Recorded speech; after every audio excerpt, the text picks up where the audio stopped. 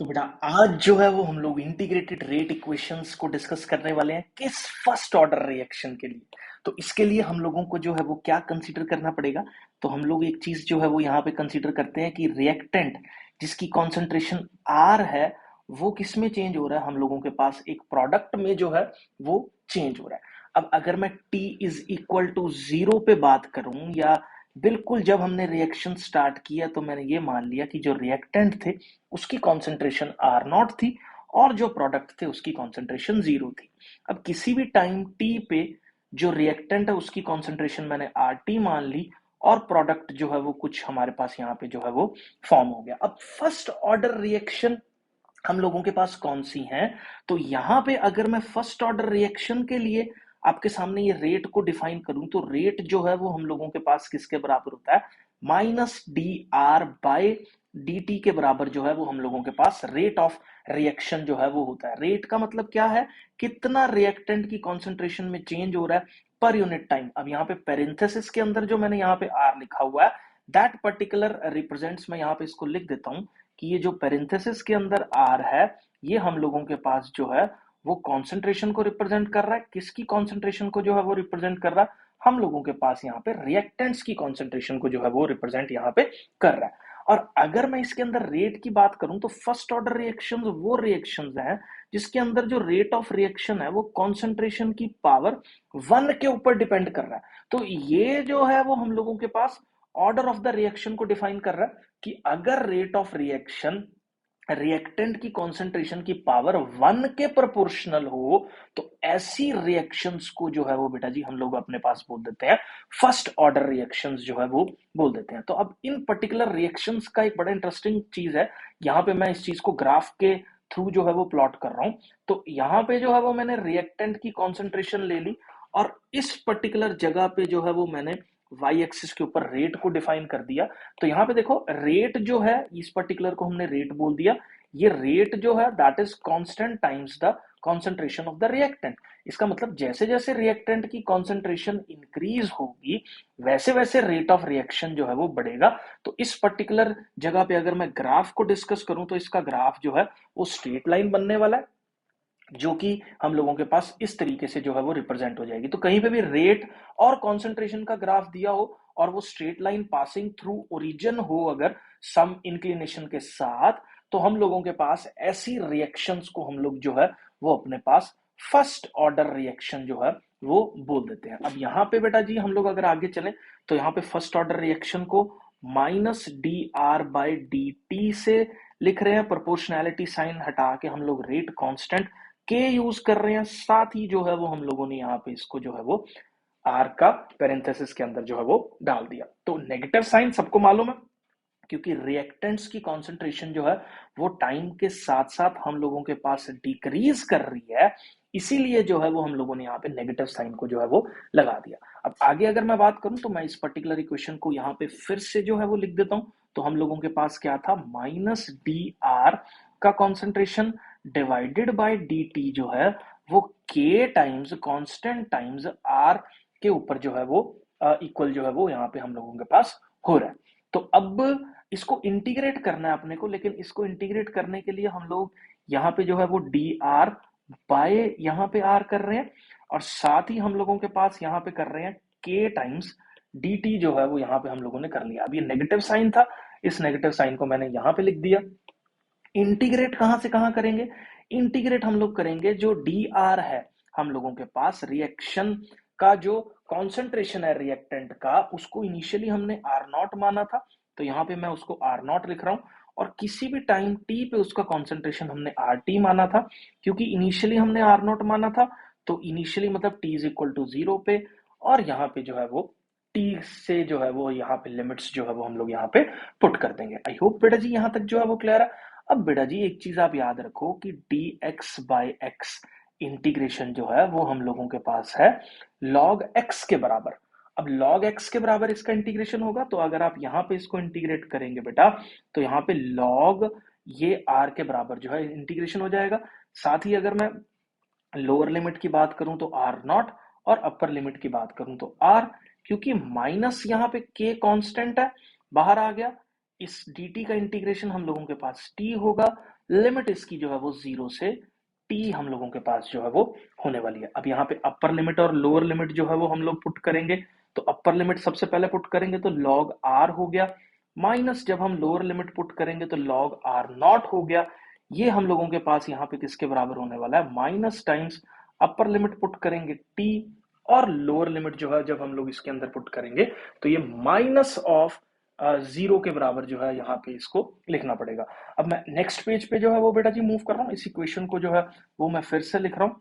तो यहाँ पे जो है वो हम लोगों के पास हो गया था log r t minus log r naught, minus यहाँ पे था log r naught, that is equal to minus times यहाँ पे के टी के बराबर जो था वो था। अब एक चीज आप अपने दिमाग में बिठा लो, ये लॉग का जो बेस है वो यहाँ पे ई बेस के बराबर है, और अगर मेरे को बेटा जी यहाँ पे टी की वैल्यू निकालनी हो तो क्या मैं इसको ऐसे लिख सकता हूं, k t that is equal to log of r naught minus log of यहाँ पे हो जाएगा आर टी। कैसे, यहां से मैंने माइनस जो है वो इस इक्वेशन में मल्टीप्लाई कर दिया, तो ये साइंस जो है इसके उल्टे हो जाएंगे और यहाँ पे जो है ये बन जाएगा हम लोगों के पास। ऐसे ही अगर बेटा जी मैं यहाँ पे t की वैल्यू निकालूं तो t की वैल्यू जो है हम लोगों के पास यहाँ पे क्या हो जाएगी, इसको हम लोग लिख सकते हैं r naught by r t, और यहाँ पे जो है वो हम लोगों के पास 1/k जो है वो होने वाला है। अब ये ऐसा क्यों लिखा, क्योंकि बेटा जी एक कॉन्सेप्ट है लॉगरिथमिक फंक्शंस का कि log m माइनस जो log n है हम लोगों के पास, ये log m बाय n के बराबर होता है।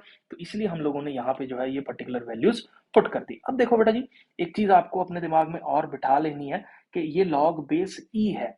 अगर log बेस e को मेरे को log बेस 10 में चेंज करना है, क्योंकि जो भी हमारे पास log टेबल की वैल्यू कैलकुलेशंस के लिए यूज होती है वो सारी वैल्यूज log 10 टेबल के अंदर, मतलब log टू द बेस 10 में जो है वो रहती है टेबल्स के अंदर। तो इसको ना अपने को 2.303 से मल्टीप्लाई करना पड़ता है। तो यहाँ पे अगर मैं t की बात करूं तो ये अपने पास हो जाएगा 2.303 बाय के, और यहाँ पे हम लोगों के पास हो जाएगा log ऑफ आर नॉट, और साथ में नीचे जो है वो हम लोगों के पास log ऑफ आर टी यहाँ पे जो है वो हो जाएगा। तो ये सारी की सारी पेरेंथेसिस में वैल्यूज आपको जो है वो डेरिवेशन करते हुए लिखनी है, क्योंकि ये सारी की सारी हम लोगों के पास जो है वो बेटा जी कॉन्सेंट्रेशंस को जो है वो रिप्रेजेंट करती है, और कॉन्सेंट्रेशन जो है वो हम लोग पेरेंथेसिस मतलब स्क्वायर ब्रैकेट के अंदर ही जो है वो इसके फॉर्म में जो है वो रिप्रेजेंट यहाँ पे करते हैं। आई होप यहाँ तक जो है वो बेटा जी क्लियर है। अब इसकी एक और फॉर्म है जो मैं नेक्स्ट पेज पे जो है वो आपके साथ सॉल्व कर रहा हूं। तो मैं इस पर्टिकुलर इक्वेशन नंबर 1 से जो है वो उसको उठा रहा हूं। तो इक्वेशन नंबर 1 एक बार हम लोग फिर लिख देते हैं। तो के टी हम लोगों के पास जो था वो किसके बराबर था, लॉग हमारे पास यहाँ पे था आर नॉट माइनस लॉग हम लोगों के पास यहाँ पे था आर टी का कॉन्सेंट्रेशन जो था, इस ये हम लोगों के पास के टी के बराबर वैल्यू थी। अब देखो बेटा जी, इसके अंदर एक और चीज जो है वो आपको ध्यान देनी है। log m minus log n को मैं डायरेक्ट यहाँ पे जो है वो log r naught by r t जो है वो यहाँ पे लिख रहा हूं, और ये हम लोगों के पास बेस e के साथ है, और यहाँ पे हम लोगों के पास जो है ये के टी के बराबर जो है वो हो जाता है। ठीक है, अब यहाँ पे जो के टी की वैल्यू है, अब एक चीज आप याद रखो, अगर हम लोगों के पास log x to the base e अगर y के बराबर है तो प्रॉपर्टी क्या बोलती है कि e की पावर y जो है वो हम लोगों के पास x के बराबर होता है। मतलब क्या, ये इसकी पावर में चला जाता है, e की पावर y बन जाता है, और ये किसके बराबर हो जाता है अपने पास, x के बराबर जो है ये हो जाता है। अब यही चीज यहाँ पे y का काम ये कर रहा है, ई का काम ये कर रहा है, और एक्स का काम जो है वो ये कर रहा है। ये ई का काम कर रहा है, वाई का काम कर रहा है। इस फॉर्मूला के साथ अगर मैं कंपेयर करूं बेटा जी इसको, तो हम लोगों के पास जो ई की पावर हमारे पास यहाँ पे के टी है, दैट इज इक्वल टू यहाँ पे हो जाएगा r naught by r t. ये कॉन्सेंट्रेशंस के अंदर जो है ये वैल्यूज हमारे पास यहाँ पे हो जाएंगी। तो अगर मैं आर टी की कॉन्सेंट्रेशन की बात करूं किसी भी टाइम टी पे, तो ये एक्सपोनेंशियल तौर पे जो है वो अगर हम लोग देखें तो ये e की पावर माइनस के टी के बराबर जो है, ये दूसरा वे हो गया इस पर्टिकुलर इक्वेशन को लिखने का। लेकिन अगर मैं फॉर्मूलाज की बात करूं तो फॉर्मूलाज के अंदर यही इक्वेशन जो है वो हम लोगों के पास इस्तेमाल होती है। तो कोई भी टाइम टी पे अगर मेरे को कॉन्सेंट्रेशंस की वैल्यू दे रखी है, रेट कांस्टेंट दे रखा है, तो कितने टाइम में वो रिएक्शन टेक प्लेस कर रही है उस चीज को जो है वो हम लोग यहाँ पे फाइंड आउट कर सकते हैं। आई होप बेटा जी यहाँ तक जो है वो क्लियर है। आगे अपने दिमाग में एक चीज बिठा लो कि फर्स्ट ऑर्डर रिएक्शंस कौन सी होती हैं।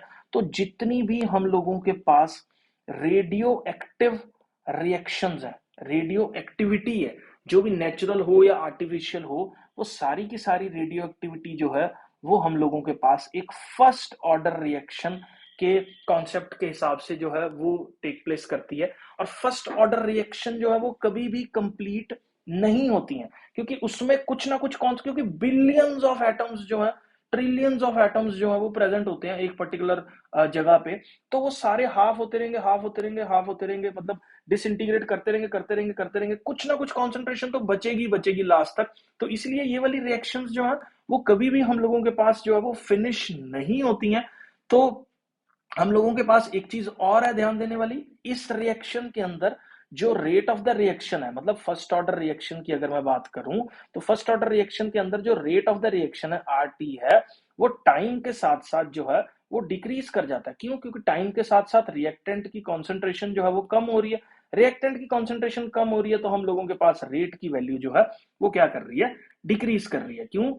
तो इसीलिए फर्स्ट ऑर्डर रिएक्शन का जो रेट है वो टाइम के साथ साथ क्या कर जाता है? डिक्रीज जो है वो हमारे पास कर जाता है। अब इसके अंदर भी एक और कॉन्सेप्ट आपको अपने दिमाग में बिठाना है बेटा जी, that is the concept of, हमारे पास यहाँ पे है हाफ लाइफ का कॉन्सेप्ट। हाफ लाइफ का कॉन्सेप्ट क्या है कि अगर मैंने इनिशियली आर नॉट से शुरू किया और r naught by two concentration होने में, मतलब ये वाली जो वैल्यू है that is basically the concentration at time t, तो कितना टाइम जो है वो लग रहा है, that is the half life time. तो अगर मैं यहाँ पे कॉन्सेप्ट के हिसाब से इसको देखूं तो फॉर्मूला हम लोगों के पास क्या बोलता है, it is 2.303 by k log of r naught by, यहाँ पे है आर टी फॉर्मूला के अंदर, ठीक है।